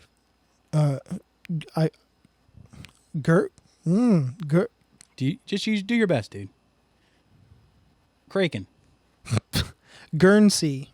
Guernsey. Guernsey, that's probably more like it. France has been awarded 40 sausage rolls for 40 years of service. Fuck yeah. 56-year-old Kevin Parsons started working at Islands Alliance Supermarket in 1984. Bosses marked the anniversary by giving him a certificate, a tropical-themed mural for his home, and a sausage roll for each of his next 40 shifts. Oh, that's good. So they won't go bad. Yeah, I thought they were giving like 40 at once. It's like, dude, they're going to go bad. a sandwich for every shift. It's not bad. It's pretty sick, dude. Mr. Parsons, who was described as an Alliance celebrity by bosses, said, "Words can't express my appreciation for his gifts." What a fucking sweetheart. Right? Staff and bosses gathered to mark the occasion with a ceremony in the store on Monday. This is Kevin with his balloons and a certificate. It's been a long 40 years. Fuck yeah, and Kev. I've loved every minute of it, said Mr. Parsons. Yeah, it's definitely Guernsey. Yep, Guernsey. He's been exemplary. He started with helping with deliveries, but moved to the supermarket's freezer section 38 years ago, and he said he kept warm by running. He says, "You'll need roller skates to keep up with me." Hell yeah, dude. Chris Fish, the chairman of Alliance, said Mr. Parsons was a great member of the island community. He said, "He's been exemplary the whole time. He will always turn his hand and help you out. He does a lot for the community and raises a lot of money for charity, which is very valuable." Fuck yeah. Commercial director Laura Golden said the response to a Facebook post about Mr. Parsons' anniversary proved how well he was adored. She said, "We sense that here. We are the same. For us, it's great. We're a local independent retailer, and Kevin represents that." Fuck yeah, Kevin.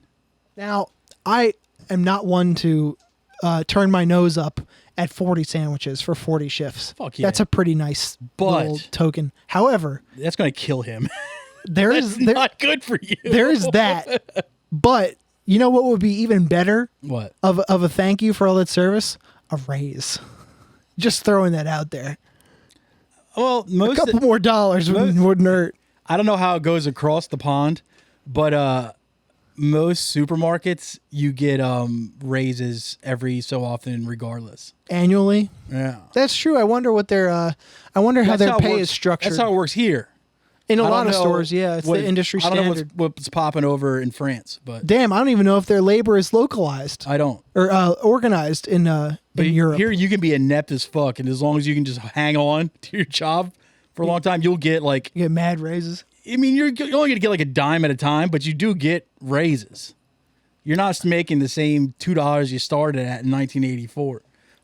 Damn, 40 years plus inflation, But dude, plus raises, plus benefits. He's got to be clocking like $90K a dude, year. 40 sausage rolls in 40 days. old Kev is not going to have a 41st year. His heart is going to fucking stop. I'm assuming a sausage roll is just a sausage on a roll. I'm assuming. Or even like a sausage and a pigs in a blanket type of thing. I don't know. Well, I don't know the cuisine, but that's what I'm assuming it is. And any kind of sausage every day. well, 40 in a row. they said 40 sausage rolls for 40 shifts, not days in a row. Okay. So, plus, in Europe, they don't work like we do. He could very well work like 3 days a week. Or Yeah, something. but still, that's 3 shifts a week. That's 3 sausage rolls a week. That's still a bit much. I would take that. And I would be dead on the spot. If he's running around as much as I think he is, I think he'll be okay. I'm on borrowed time as much as it is. You can run around as much as you want. Your heart's going to get fucked no matter what. Not if you're getting all that cardio in and your vascular system is brolic. You're okay. It doesn't really matter. I just imagine this grinning idiot.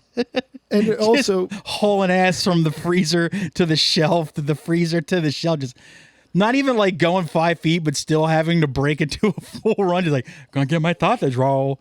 Because I want to, because the look on his face, I don't think he's 100%. You know, I think he might be a bit. Yes, precisely.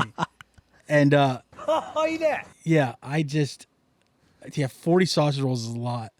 Would they if they give him like 40 certificates for free sausage rolls and he just did whatever? that's pretty cool. But me being a fat fuck, I might do 40 in 40 days. Yeah, this might be your instinct. Yeah, that might betraying you. You might as well just give me a revolver and say, snack up, buddy. Well, in France, they'll just give you a guillotine.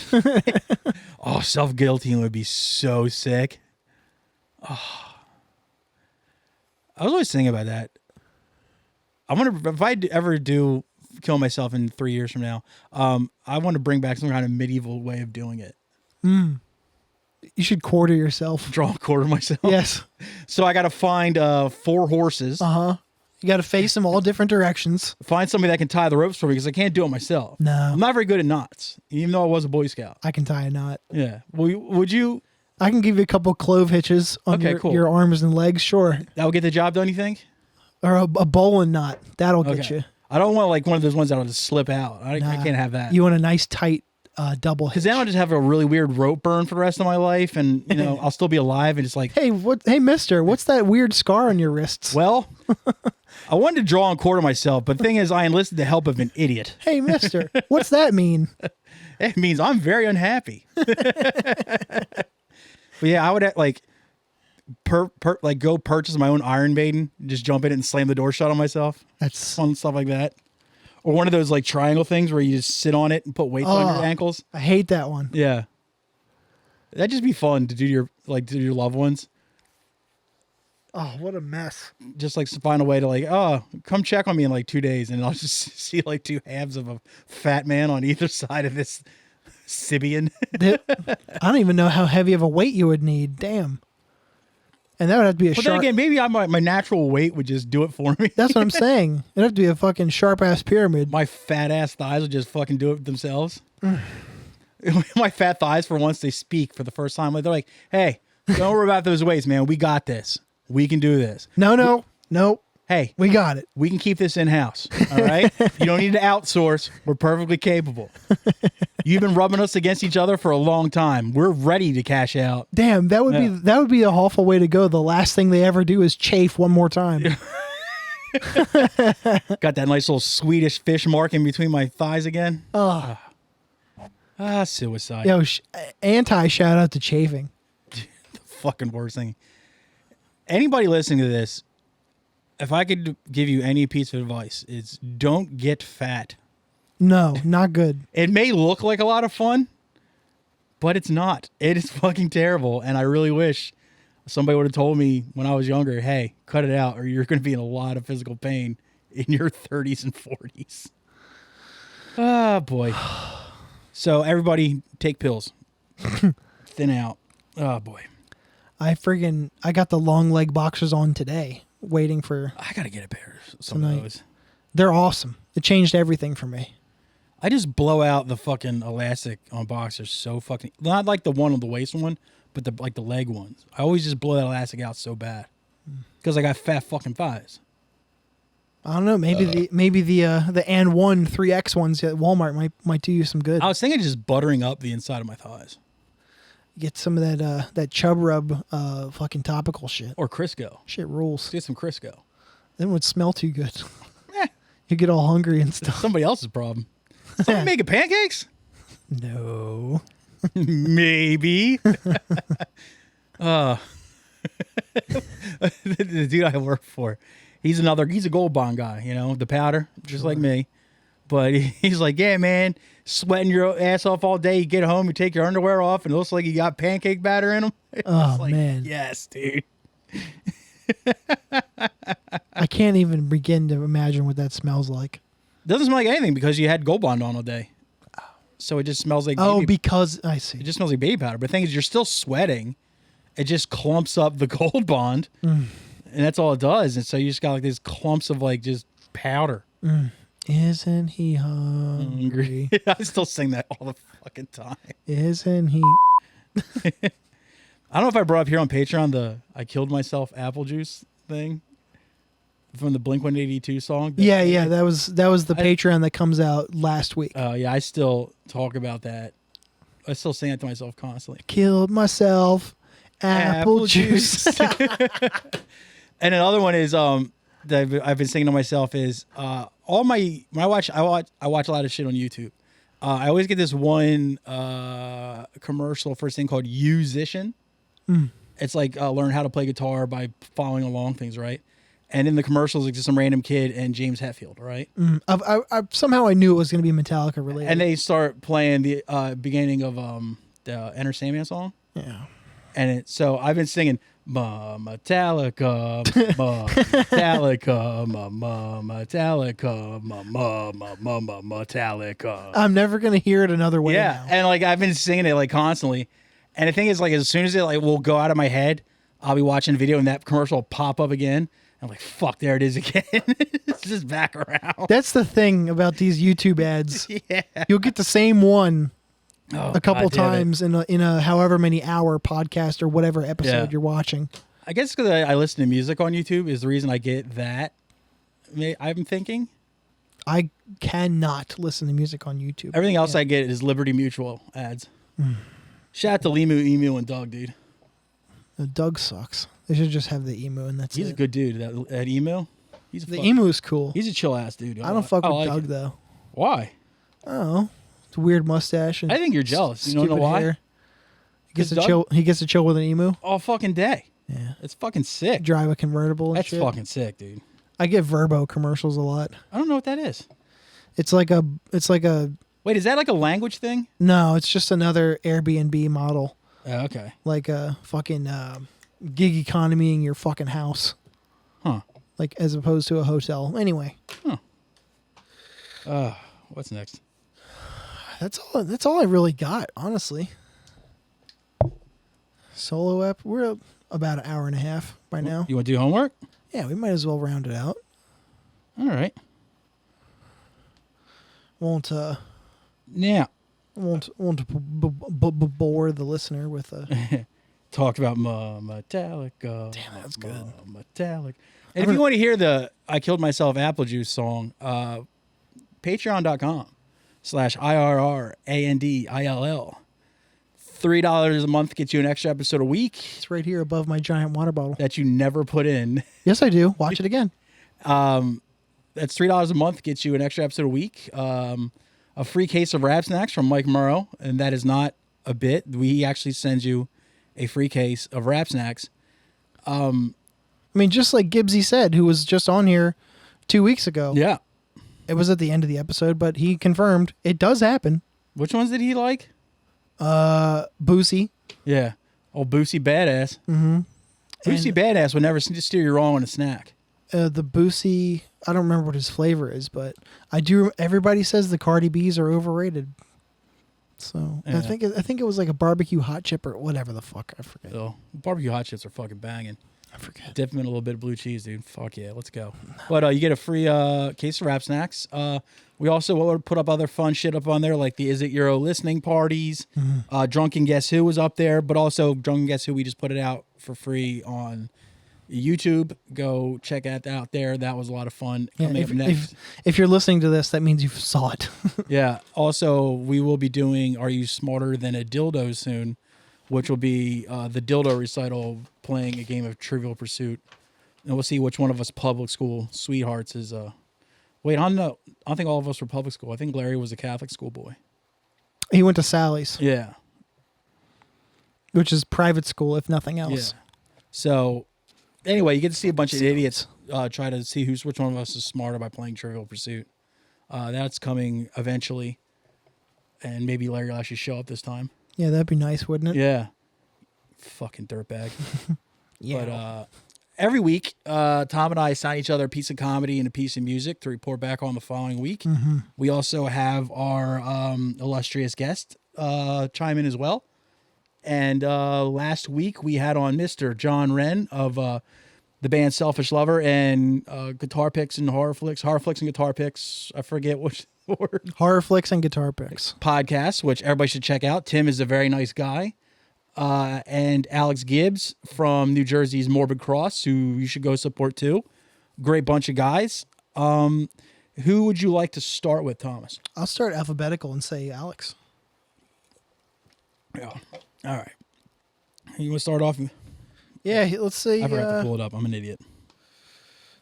I said, Oh, well, you might say what it is first. we'll start with Defense Wound. Yeah. Hymns of War. Yeah.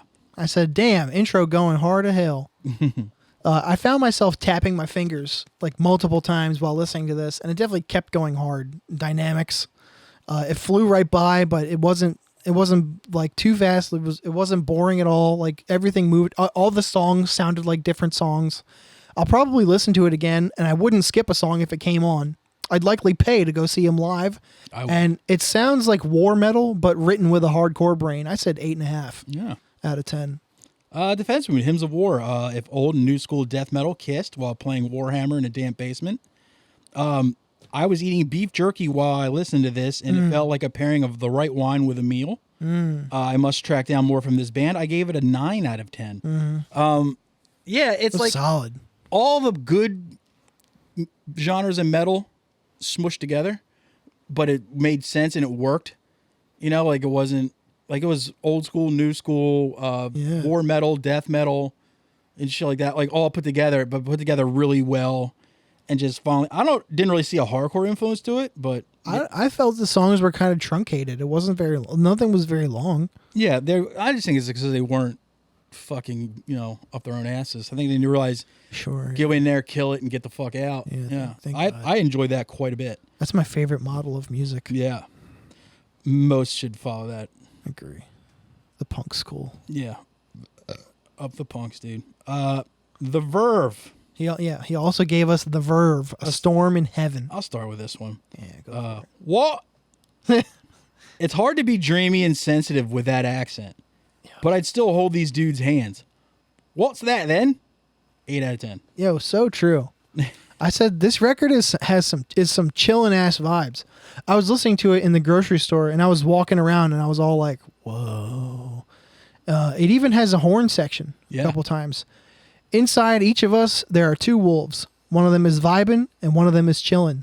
This record is both. And I said also, while I was listening to this, I was driving around doing errands and I saw that Russell's barbecue cart is back. Yeah. So no one can tell me shit right now. 8 out of 10. Can't tell me nothing. Shout out to Russell's and this record. The Verve, they have like kind of those party songs, but the real dreamy, jangly songs are my favorite ones of theirs. Oh, it's Blur who I was getting confused with. Yeah. Blur has that song that's like, woohoo! With Obstacle 2 or whatever the fuck. But they have other songs, like Blur and the Verve are the same kind of thing. Like they'll have like those radio hits. You're like, all right, that's good. But then like the kind of like just the regular album tracks, like the more dreamy shit, I think that's their better material. Mm-hmm. I like that shit a lot. I like this record a lot. Yeah, it was very good. Actually, the Verve's a very good band, so. Yeah, solid. Speaking of, But it's just funny where it's like really dreamy and just kind of has that vibe, and then you just hear that fucking accent in his vocals, and you're just like, oh yeah, that's where they're from, all right. and speaking of being from there, I saw the big news is the Oasis reunion is finally happening. Cool. I'm happy for Oasis sweet. fans. 30 years of What's the Story, I believe, Yeah. is next year. Like, I'm happy for that. And honestly, I love Oasis. If Oasis has 1 million fans, I am one of them. Same. If Oasis have 1,000 fans, I'm one of them. If Oasis has 1 fan, I am that fan. But you're that fan. But Oh God. and I'm happy that people are gonna get to see Oasis. That's fucking sick. I think that rules. But I just can't help but think that tour will get to date number 3, and the Gallagher brothers will be beating each other up on stage, and it'll be over. They're only playing 3 shows. Okay, so then I recommend that if you really want to see that, you go the first night. Yeah. And you cross your fucking fingers that they don't get too sauced and just fucking hammer each other. Yeah, like Oh, what's those two just like, it's a little water. You can't have them in the same room together. It's Bad News Bears. dude, their interactions online are the funniest. Oh, God damn it. Too. I love and if you watch any of the interviews like post Oasis, when you're like, oh, you ever think about getting back together with your brother? Like, fuck that. He's a cunt. Yeah. And it's just like, it's funny as hell. I love it. They're normally always drunk or high during those interviews, and they're really just laid back, right? But then you bring up the brother, and there's like, fuck that, fuck you, fuck this interview. And it's like, it's fucking hysterical. So if you're going to go to that, please, I don't know what you have to do, but try to go to the first night, because I don't see it going 3 nights without those two imploding I know. instantly. God, I wish I could. I'm trying to find. I wish I could find who posted the flyer of the 3 shows. It's 3 shows. Like the first night's in Manchester, of course. 2 more UK shows, and the 4th one was Holy Frijoles, Baltimore. Are you serious? It's a joke. Oh, but I was it's like, holy shit. It's What? so funny. That's probably Sean Krim. I looked there first. It wasn't. That's fucking funny as hell. I like that. Holy Frijoles. Let's get into what Senor John Wren brought to us. Yes, I'll start. Go ahead, buddy. He gave us lots of W's this week. Yeah. True to his name. I think he was working through like the alphabetically through like his like music selection. Sure. So what do I got in the W's department? Fucking Did I mention I run? I love you, John. John, do you eat meat? I'm a no meat athlete, dude. I'll start with wormed. I guess it's Omegon. Megan, yeah. Megan. Megan. Megan's Law. You came and you bought me a turkey on my vacation from worky. Sorry. I swore I heard this before, and I recognized the album cover, and I had to take off the "Don't play this artist" on my Spotify to hear it. I don't remember why, The album art can be very misleading to what it is. but maybe it just looked familiar. I don't know, but I said first of all they use real drums, which is cool, and this is not a dig, but it sounds like B+ Origin. If that makes any sense? I still bet this band would be fun to see. I thought it was pretty great, and I enjoyed it the whole time. My tech death meter is very small, Same. and if it wants to catch my attention, it needs to be fucking good. Like not just good in the fact of like technical prowess, but like actually good to listen to and like all the recipe. But I gave it a 7. Because I listened to the whole record and I was like, yeah, that was quite good. From the way he sold it to me, I was fully expecting to be like, okay, it's just going to sound like School, or it's just going to be like another fucking Machine Gun Tech Death like drumming band, but it wasn't. It was actually pretty awesome. A lot of beep, boop, boop, boop, boop, boop. It did all the stuff. Worm to Megan. Normally, I don't like overly complicated and smarty pants in my death metal. But bruh, 10 out of 10 record. If they get in there, Shocking. it's technical, but it's not trying to outsmart you. Like they have the perfect mix of this is how good we are, but we're not overdoing it to take away from the quality of the actual song. They also do this. Another thing that tech death metal bands don't do is they get in there, they show you what's up, and then they get the fuck out. Like, the songs are the perfect length for this style of music. Yeah. How long was the fucking I think the longest song was maybe 4 minutes. 9 songs, 40 minutes. So you're probably pretty close. Yeah. Which for that genre, It's unheard of. yes. So they got in there. Yes, they showed off how good they were and how technical they could get. But they also just concentrate on, like, yeah, do that, but make sure you stick to being as brutal as hell. Yeah. And as heavy and as aggressive as hell while you're showing people how much you can jerk off your guitar. And nothing took away from it. Yeah. And it was the perfect mix of that style of music. And like I said, I'm normally not a fan of tech death. Yeah, they left nothing on the table, Yeah. but they didn't fucking beat us, browbeat us with fucking technicality either. This is in my running for one of the albums of the year. Wow. I think this is a very, very good record. I definitely like it. And I slept on it because all the descriptions for it when it came out were technical. That's all I've ever heard And then from you look at the album art and like the song titles, like, okay, you guys are going to sing about fucking space and shit like that. All right, whatever. But then I'm like, all right. I kept ignoring it. And then I actually sat down to digest it. And I was like, God damn it, dude. That's all I've ever heard from This rips. that band Wormed also. Is that it's just I heard an older release. tech. I definitely listened to an older release, but it didn't stick with me enough that I could tell you what I thought of it. You know what I mean? Like, I know I listened to it, but I never stuck with it. I just don't remember. They had one, I think it was called like Exodromos or something like that. Let me see. Oh my god. I think there's one called Exodromos. EX. And it is. Yeah, yeah. Damn, it's from 2013. Yeah. I've never listened to this band before. I listened to that, and it didn't stick with me enough to where I could tell you what type of record it is.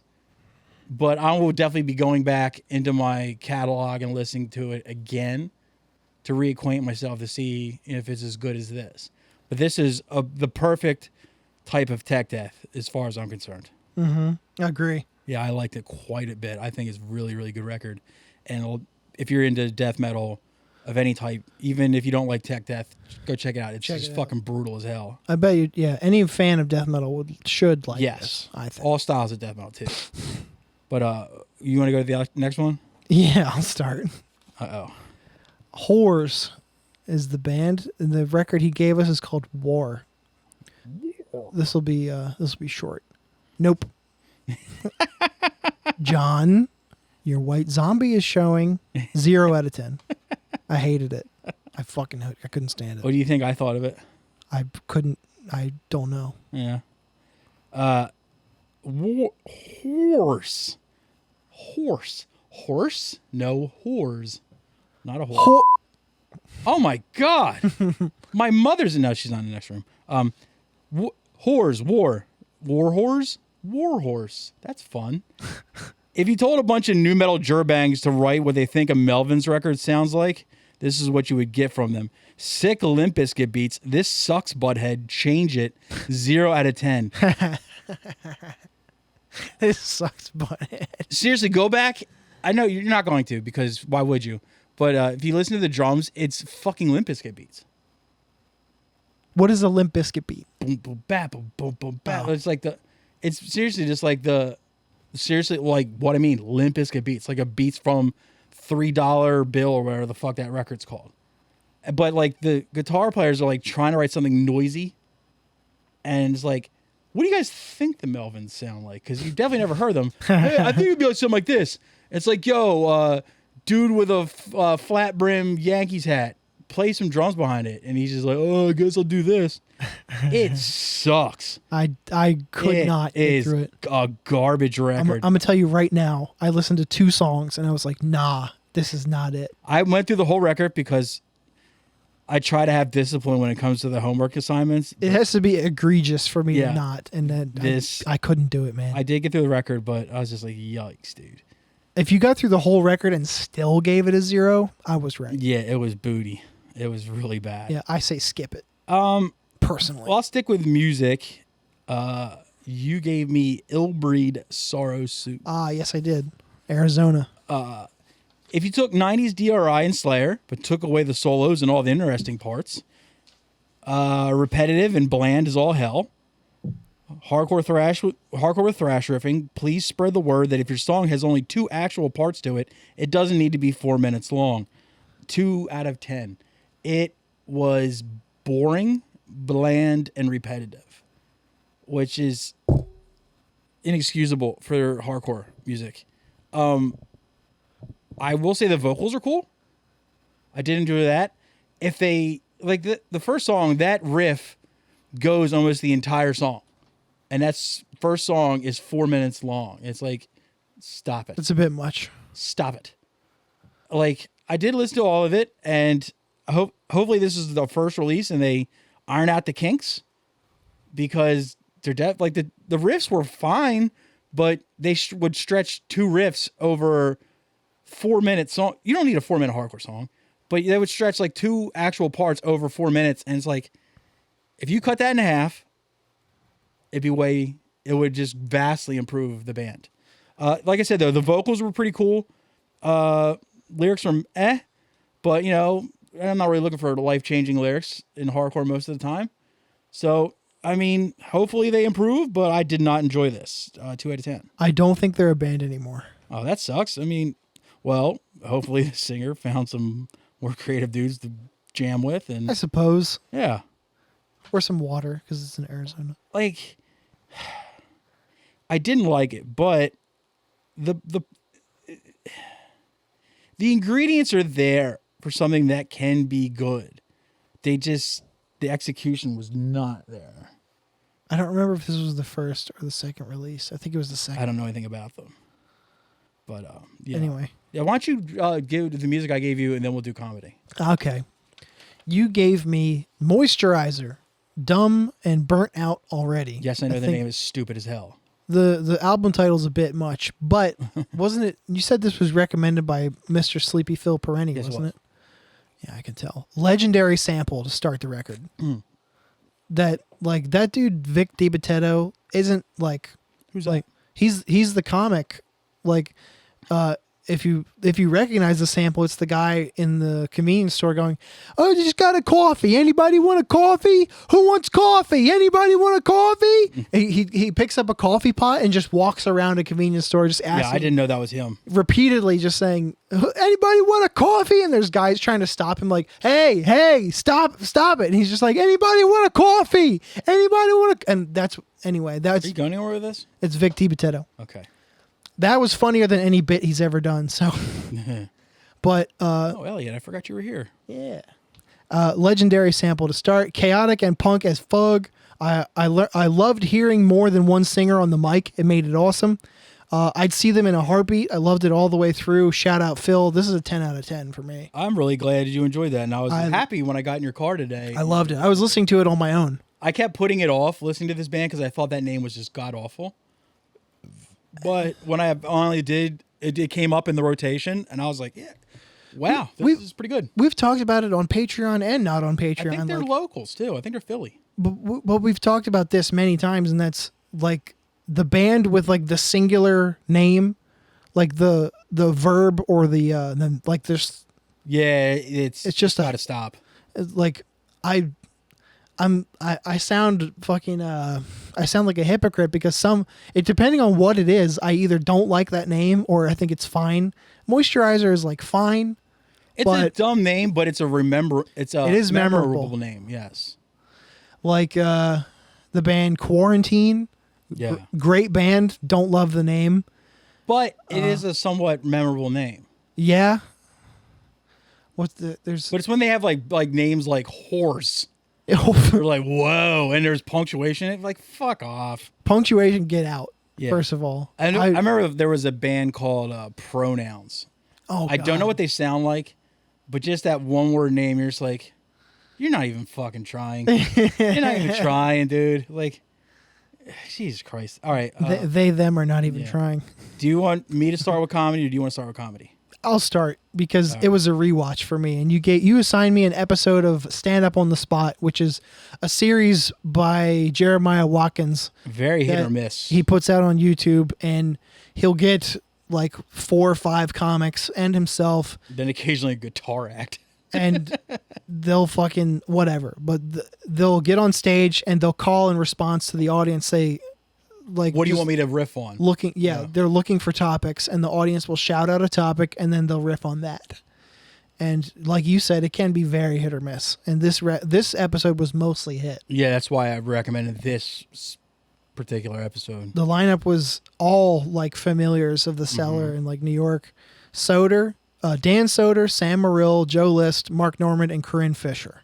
Mm-hmm. I said, this is actually a rewatch. I forgot I had seen this before, but I do remember Corinne Fisher's monumental bomb of a set.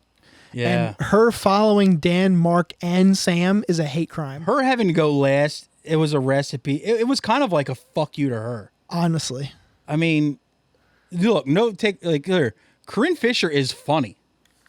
She's funny. But it's like, you set up the fail when you put her after four of the best comics. murderers. Or three of Throw homegirl in the middle. even second. Yeah, it's like, God damn, poor girl. After 3 of the best comics out, period. Yeah, 4. She went last. Oh, she did go last time. Yeah. Yeah, that would be 4. But List was my runaway favorite Yeah. on this one. He's one of the comments in the YouTube videos like List is made for this, and it's so true. And He's very good off the hip comic. yeah, and I'll always like anything Sam and Mark do pretty much. So it's a 7 for me. I think the premise of that show is great. Jeremiah Watkins, God bless him. Sometimes he's good on it. Sometimes he's fucking unbearable. Yeah. But I really like stand up on the spot. Jeremiah Watkins is a comedian who does nothing for me with his comedy. Like, it's fine, right? It's inoffensive, and it's just not for me. But he's just such a likable cheerleader for the craft of comedy. Yeah. That you really can't say anything bad about him, because he's just like, it's like saying something bad about a puppy, even though he shits on the floor sometimes. You're just like, oh, look at him, but so I watch every single one of these things, but seriously, most times you're like wading through like 3 or 4 shit comics to get to one person who's really funny. But this time it happened to be 5 comedians that I actually enjoy, and only one kind of ate shit. Poor Corinne Fisher. I don't like her all that much. I think she got a shit end of the stick on that lineup too. I already don't think she's that funny. But I think she got a shit end of the stick in that lineup. No matter who you are, she did get buried. no matter who you are, that's a hard thing to go last on. I can't imagine how they come up with the lineup, but if it was a coin toss or something, she fucking lost. Yeah. So shout out Corinne Fisher, dude. She went against unspeakable odds, dude. A lot of comics, if they ended up at the end of that show, would have just fucking went home. Yeah, it's like, you know what? I'm good. Yeah. You gave me Chip Chantry's Move Closer special. Yes. Watching a recently divorced couple feed each other cake, child dander, doll glasses, the best crowd work bit I've ever seen, ever. When he just goes, "You good? You good?" All right, that's my crowd work segment. Like, fucking Yes. great. Pulling someone into a burning building is a lot harder than It's pulling so someone much out harder. of a burning. And my favorite part was family first is the best way to do a murder suicide. That is an 8 out of 10 special for me. It was backloaded. Oh, yes. Like, it's Yes, good. it The was. first half is good. Don't get me wrong. But the back end is just fucking guns blazing. And I was like, but the thing is, like, I think it's the same thing about remember the David James special you assigned me a while ago? What had happened was, I think. It's a great special, right? But I think he put his weakest joke last. I think Chip did kind of the same thing. It's a good joke. But compared to everything else he fired out in that, was it 50 minutes? 50. Yeah. But compared to everything else, it was his weak. It's not a bad joke, but it's his weakest of the lot. I was like, if you would have thrown that in the middle and closed with something different, perfect special. But as for a first special, fucking good job, dude. That was fucking really good. And it's sick that see like a Philly boy on the come up like that. I liked it a lot. I'll give it a fucking 8.5. That was really good for a first special. But I just think he should have chose a better closer. But what do I know? I'm an ass. I'll shut the fuck up. But yeah, I highly encourage everybody to go I've on never YouTube. I've never even written an hour of music before, let alone jokes. I think I've written a couple. I've written. What do I talk about? I've written a few hours of music, but yeah. Chip Chantry, Move Closer. It's on YouTube. It's free. There's no excuse not to watch it. I highly recommend you do it. What do you got for me this week, Tom? Well, for comedy, I was not expecting you to text me what you texted me this morning, so it was going to be my homework assignment. So fine. I'm going to keep it that way because I want your less work for me. I want your book report on it, and I want the listeners to hear it even more. I'm going through all the episodes. I did that already, and it's a podcast. It was a short-lived podcast that was born and died within the time of COVID, and it's called Bastard Radio. It's Tim Dillon, Nick Mullen, and Louis J. Gomez on Zoom. Personally, there's also a there's a live at Skankfest. Yeah, also, and if you want to get even further, Tim Dillon on the Tim Dillon Show feed put out another episode of it recently, like within the last year. Yeah, it was in 23, but what was I gonna say? Them three together is great. I personally would assign the audience episode number 2 if you're gonna watch 2 or 3. If you're gonna watch just one, because there's obviously it was in the height of COVID, so there's pretty much all COVID material or topics in the first episode. But I don't care. Like, I don't mind those guys. I want to hear their perspective on everything. I think it was also a perfect mix of 3 people to have. Yes. And this reason is that Nick Mullen is batshit insane. Yes. He's like a shut-in fucking weirdo. Tim Dillon is a fucking psychopath as well. He's a psycho extrovert. Now, Louis J. Gomez, a lot of people talk shit on this guy, but what he's great at is getting those two to focus on something, and just like he kind of can corral those two to the best of his capability and make it actually a listenable podcast. Mm-hmm. If you pay attention, if you do watch, and I recommend you watch episode 1, 2, 3, then 4, just pay attention to Nick Mullen's Zoom background change a little more each time. It's so fucking funny. Episode 3 is crazy. Like, go listen to Cumtown. Buy my merch. I think the last one was buy my merch or I'll kill myself. Yeah, it was 3. That was 3. Yeah, it was great.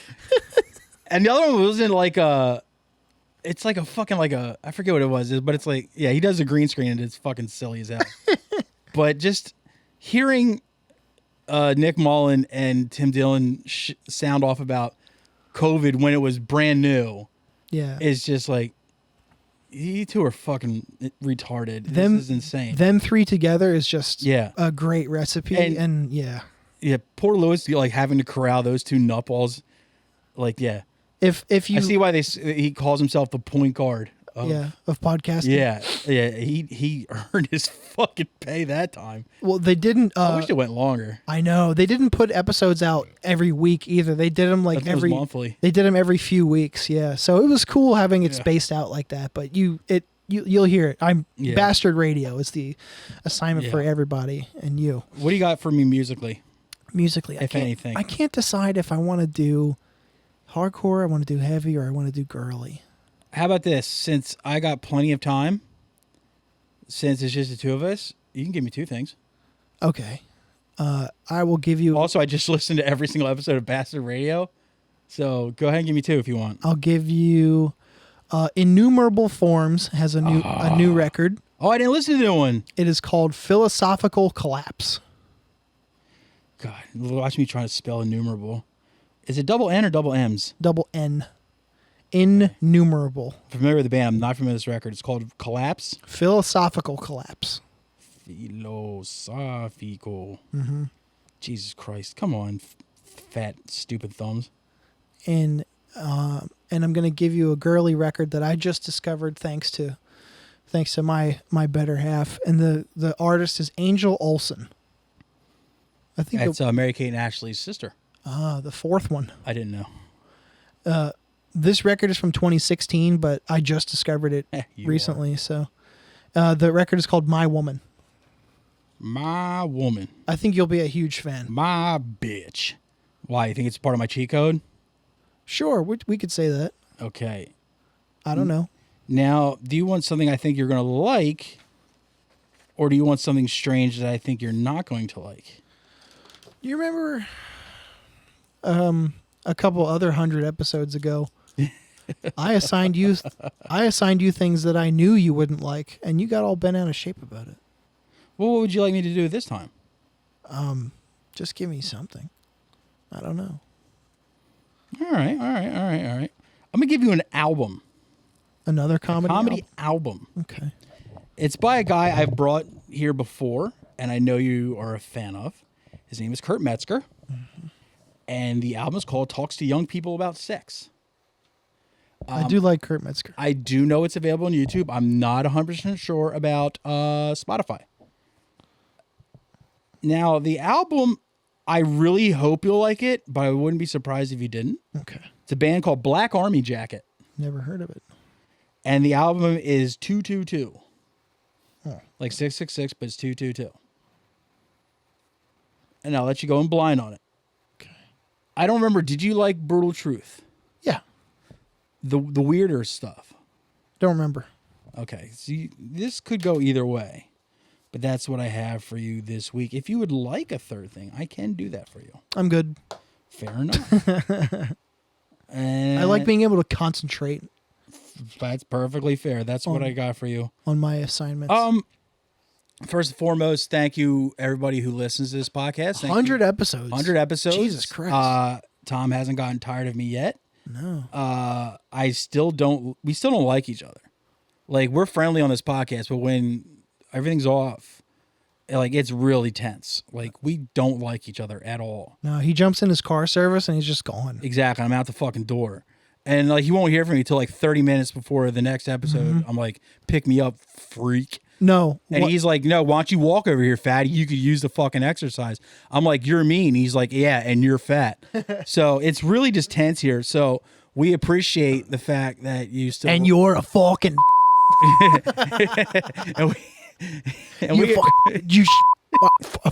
I'm taking that fucking button away from you. But we appreciate you guys rocking with us for 100 episodes. It's greatly appreciated. We hope you rock with us for 100 more. If you would do us a favor and repost the clips. Yes, please. Or just find one friend of yours who listens to the podcast and doesn't mind that we use the word retard and likes having a chuckle every once in a while. We would greatly appreciate it. Also, if you're feeling really nice and... Patreon.com/IRRANDILL. $3 a month gets you an extra episode plus a bunch of other goofball shit. Tom says the N-word a lot. We got some cool shit coming for you down the line. Yeah. Including our 2-year anniversaries coming up. We'll see you next week, guys. Thank you very much. Yeah. Tommy, hit that intro. Oh, yeah, yeah. I love you more than I can say. I love you twice as much tomorrow. Love you more than I can say. Oh, yeah, yeah. I miss you every single day. Why must my life be feel so long? I love you more than I can say. Thank you.